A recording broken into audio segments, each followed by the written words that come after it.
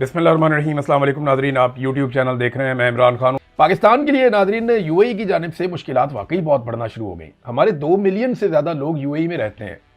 ये बहुत बड़ी तादाद है पाकिस्तानियों की।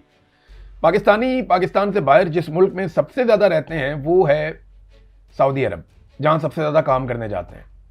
फिर उसके बाद यूएई है, फिर बाकी ममालिक हैं। यूरोप में बहुत बड़ी तादाद में रहते हैं, बरतानिया में बड़ी तादाद है पाकिस्तानियों की। तो यूएई ने पीएसएल से अपने खिलाड़ी वापस बुलवा लिए।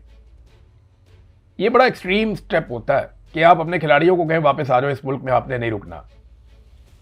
ये रिपोर्ट हो रहा है मीडिया के ऊपर। तस्दीक इसकी यूएई की गवर्नमेंट कर सकती है या पाकिस्तानी गवर्नमेंट कर सकती है, लेकिन खबर यह दी गई कि यूएई ने पाकिस्तान सुपर लीग से अपने खिलाड़ी वापस बुला लिए हैं। और बहुत सारे लोग यूएई से वीडियो बना बना कर ये बता रहे हैं और अपने अजीज़ व अकारब को टेलीफोन करके ये बता रहे हैं कि हमें यूएई की गवर्नमेंट डिपोर्ट करने जा रही है।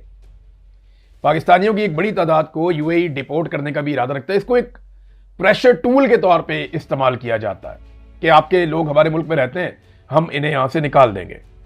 तो अब देखते ही है कि यूएई कितने लोगों को निकाल सकता है। पाकिस्तानियों का बेशुमार पैसा, बहुत सारी जायदादें, बहुत सारा कुछ है यूएई के अंदर। तो पाकिस्तान की गवर्नमेंट को यूएई को अब धमकी लगानी चाहिए।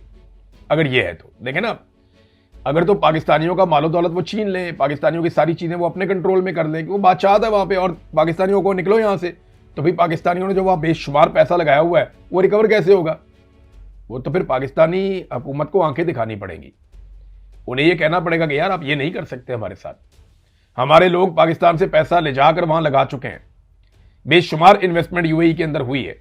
लोगों ने वहीं पे कमा कमा के वहां प्रॉपर्टीज बनाई है, कारोबार बनाए। आप रातों रात सारा कुछ बंद नहीं कर सकते। ये तो बदमाशी है। अगर बदमाशी पाकिस्तानियों के साथ होगी तो पाकिस्तानी टैक्स तो पाकिस्तान की गवर्नमेंट को देते हैं ना, उन्होंने खुद तो नहीं लड़ना, पाकिस्तानी हुकूमत ने मुकाबला करना है। तो पाकिस्तानी हुकूमत जो है उसको अब कोई इसके ऊपर स्टेप लेना पड़ेगा। ये मामला यहां तक गया कैसे, देखें थोड़े दिन पहले की मैं आपको एक वीडियो है वो दिखाता हूं। ये मैंने निकाली इस मौके के लिए वीडियो। ये वीडियो है जी। यूएई के प्रेसिडेंट फील्ड मार्शल साहब की बेटी की शादी में, जो कि आज रात है, उसमें शिरकत के लिए ठीक। और वहीं पे वो हमारा जो पुराना एयरपोर्ट था रावलपिंडी में, जो कि अभी एयरफोर्स के पास है, वहां वो लैंड करेंगे और वहां से सीधा army house wedding ceremony attend करेंगे। बेसिक वो इस काम के लिए आ रहे हैं। तो नाज़रीन, ये मोहसिन बेग साहब है। ये army chief field marshal Asim Munir के दोस्त के तौर पे इनको पहचानते हैं लोग, सहाफ़ी भी है। और जब आर्मी चीफ बने थे तो इनके साथ एक बड़ी बेतकल्लुफ़ किस्म की फ़ोटो भी आसिम मुनीर की आई थी। अब ये देखें ना, कितने फ़ख्र से कह रहे हैं बड़े ज़ाती नौयत के ताल्लुकात हैं। अब आसिम मुनीर के ज़ाती नौयत के ताल्लुकात हैं यूएई के बादशाह के साथ और वो बेटी की शादी में आ रहे हैं, तो इससे पाकिस्तान को क्या मिला? वो तो कह रहे हैं पैसे वापस करो। देखें, यहां ममालिक अपने अपने मफादात देखते हैं। पाकिस्तान के जर्नैल हमेशा अपना जाती फायदा देखते हैं, वो पाकिस्तान का फायदा नहीं देखते। आज भी अगर पाकिस्तानी रुकावट ना डालते तो पाकिस्तानी फौज जो है वो ईरान के साथ भी भिड़ जाती। वो लड़ पड़ते ईरान के साथ अरबों के लिए, जहां से पैसा मिलता, डॉलर मिलता, फायदा मिलता, ये वहां चले जाते। लेकिन पाकिस्तानी अवाम ने इतने बड़े पैमाने पर रुकावट डाली है और इनको इस बात का आइडिया भी है कि ये लड़ाई पाकिस्तान को सूट नहीं करती, हमेशा के लिए मुसीबत बन जाएगी पाकिस्तान के अंदर भी और बॉर्डर पे भी। पहले ही पाकिस्तान का कोई बॉर्डर महफूज नहीं है, ये एक और बॉर्डर को खराब करने जा रहे थे। और इस किस्म की बातें मैं नहीं कर रहा, ये वुज़रा कर रहे थे कि जनाब हमें लड़ना पड़ेगा, ईरान बाज रहे, ईरान ये ना करे वो ना करे वरना हम ये कर देंगे। तो ये तो धमकियां लगा रहे थे ओपनली। वो तो पाकिस्तानी कौम ने सामने आकर इनका मुंह बंद किया और पाकिस्तानी कौम ने और ईरान ने, खास तौर पे ईरान ने बड़े ज़बरदस्त तरीके से पाकिस्तान को टैकल किया। वो मैंने आपको कल भी बताया था कि एक तीर से दो शिकार। यानी ईरान पाकिस्तान की इतनी तारीफ करता है कि अमेरिका और अरब ममालिक पाकिस्तान से नाराज हो जाते हैं और पाकिस्तान इखलाकी दबाव में आ जाता है कि कैसे अब ईरान के ऊपर अटैक किया जा सकता है या इसके खिलाफ हम कैसे चल सकते हैं। बहरहाल यूएई ने जनाब अपने खिलाड़ी भी वापस बुला लिए, पाकिस्तानी भी वहां से डिपोर्ट हो रहे हैं, तो पाकिस्तानियों के लिए मुश्किलात यूएई के अंदर बढ़ेगी। यही चीज़ अब सऊदी अरब के साथ भी पाकिस्तान की हो सकती है। देखिए, पाकिस्तान ने सऊदी अरब को यह कहा कि यूएई अगर हमसे पैसे वापस मांग रहा है, आजकल सऊदी अरब और यूएई के बीच में भी सर्द जंग चल रही है, तो पाकिस्तान फ़ायदा उठाएगा।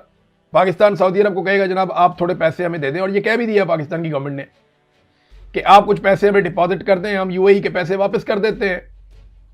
लेकिन क्या सऊदी अरब ये करेगा? और अगर ये करेगा तो उसके बदले में पाकिस्तान को क्या करना पड़ेगा, ये है बड़ा सवाल। बहुत बड़ा सवाल है ना, इसका जवाब अभी हमारे पास नहीं है। लेकिन देखते हैं, क्योंकि पाकिस्तान की जो गवर्नमेंट है उसने जो पॉलिसी है वो यही रखी हुई है कि मांगते जाओ इधर से फिर उधर से फिर उधर से, क्योंकि पाकिस्तान में मईशत नहीं चल रही। अगर इमरान खान के दौरे हुकूमत को रजीम चेंज के जरिए से इस तरह ज़ाया ना किया जाता और पाकिस्तान इलेक्शंस के जरिए चलता, चाहे इमरान खान की हुकूमत रहती चाहे किसी और की आ जाती, तो आज पाकिस्तान एक स्टेबल मुल्क होता। पाकिस्तान के ज़र मुबादला के अपने ज़खायर होते, ना कि गैरों का पैसा उसके अंदर रखा हुआ होता। तो पाकिस्तान कुछ ना कुछ करके किसी ना किसी लेवल पे तो पहुंच जाता, और आज इतने मजबूर ना होते, अपनी फॉरेन पॉलिसी को हमने गिरवी ना रखा हुआ होता। जिसकी बात मानते हैं वो कहता है ठीक है। और दूसरी बात यह है कि यूएई ने इतना लंबा अरसा पाकिस्तान के कौमी खजाने में अपने पैसे रखे हैं, उसका शुक्रिया अदा करने की बजाय उसके गले पड़ गए जब वो पैसे वापस मांग रहा है। और जब आप गले पड़ेंगे, सोशल मीडिया पे उनकी तस्दीक करेंगे, यूएई वाले बहुत सियाने हैं, उन्हें पता है कि सरकारी अकाउंट्स कौन से हैं और टाउटों के अकाउंट्स कौन से हैं। उन्हें पता है कि उनकी तौहीन करवाई जा रही है सोशल मीडिया के ऊपर, तो इसीलिए अब वो अग्रेसिव हो गए हैं आपके खिलाफ। तो चाइना के साथ भी ये एस्टेब्लिशमेंट पाकिस्तान की यही खेल खेलती है। वही चाइनीज तजदियाकार ने कहा भी है, उसने कहा हमें पता है, हमने चाइना में ये चीज़ें कंट्रोल की हैं, बड़ी अच्छी तरह जानते हैं कि सरकारें किस अंदाज में अपने ट्रोल्स को इस्तेमाल करती हैं। ये एक चाइनीज तजदियाकार ने कहा जब पाकिस्तानी टाउट्स ने उसके ऊपर अटैक किया। नाज़रीन, डोनाल्ड ट्रंप की धमकी मैंने आपको बताई कि वो ईस्टर संडे के बाद मंगल को बहुत बड़े हमले करने जा रहा है।